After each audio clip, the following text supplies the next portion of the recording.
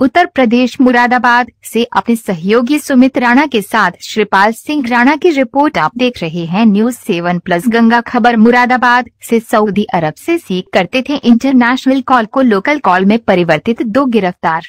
उत्तर प्रदेश के जनपद मुरादाबाद में आज पुलिस को एक बड़ी सफलता हाथ लगी है। मुरादाबाद की मझोला पुलिस और एसओजी टीम ने सर्विलांस की मदद से फर्जी टेलीफोन एक्सचेंज जो इंटरनेशनल कॉलों को लोकल कॉल में परिवर्तित करने का कार्य करता था, इसको चलाने वाले दोनों भाइयों को गिरफ्तार कर आज एसपी सिटी अखिलेश भदौरिया ने घटना का खुलासा किया है और आरोपियों के पास से 7 सिम बॉक्स, 2 लैपटॉप सहित भारी मात्रा में माल बरामद किया है।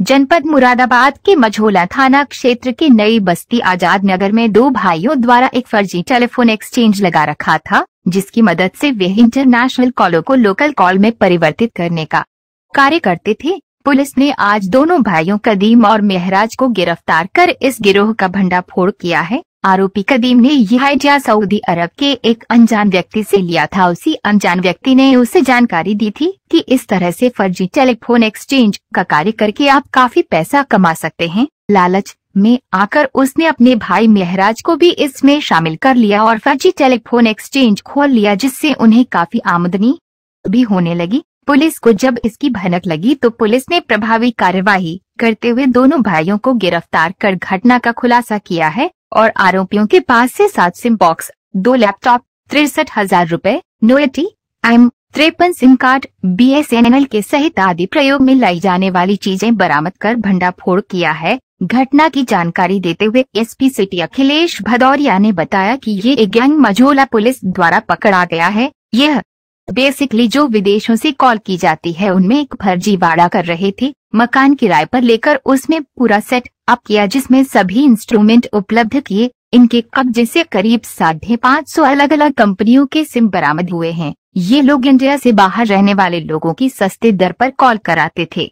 Bite Akhilesh Bhadauria, SP city Moradabad.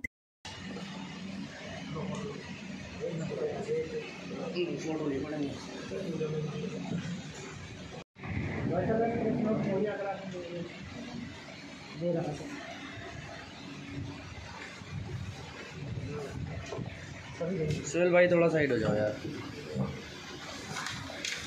हाथ मत लाना खालिद भाई बीच में।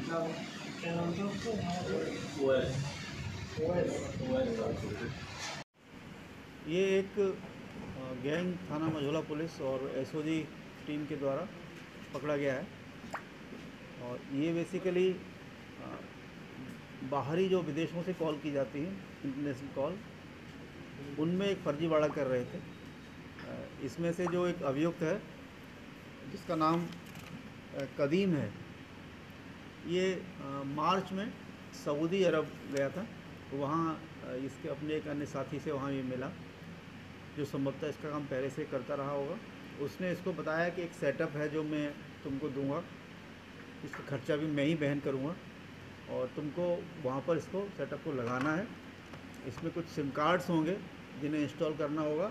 ये सारी चीज़ें वो उपलब्ध कराएगा इनको और इसके बदले में इनको 20,000 रुपये पर मंथ इनको सैलरी देगा वो। इसने अपने छोटा भाई इसका जो यहाँ इंडिया में ही रह रहा था उससे इसने बात की, तो इन दोनों भाइयों ने मिलकर, जो उसका नाम मेहराज है, ये दोनों डोमगर थाना कुदर की जनपद मुरादाबाद के रहने वाले हैं।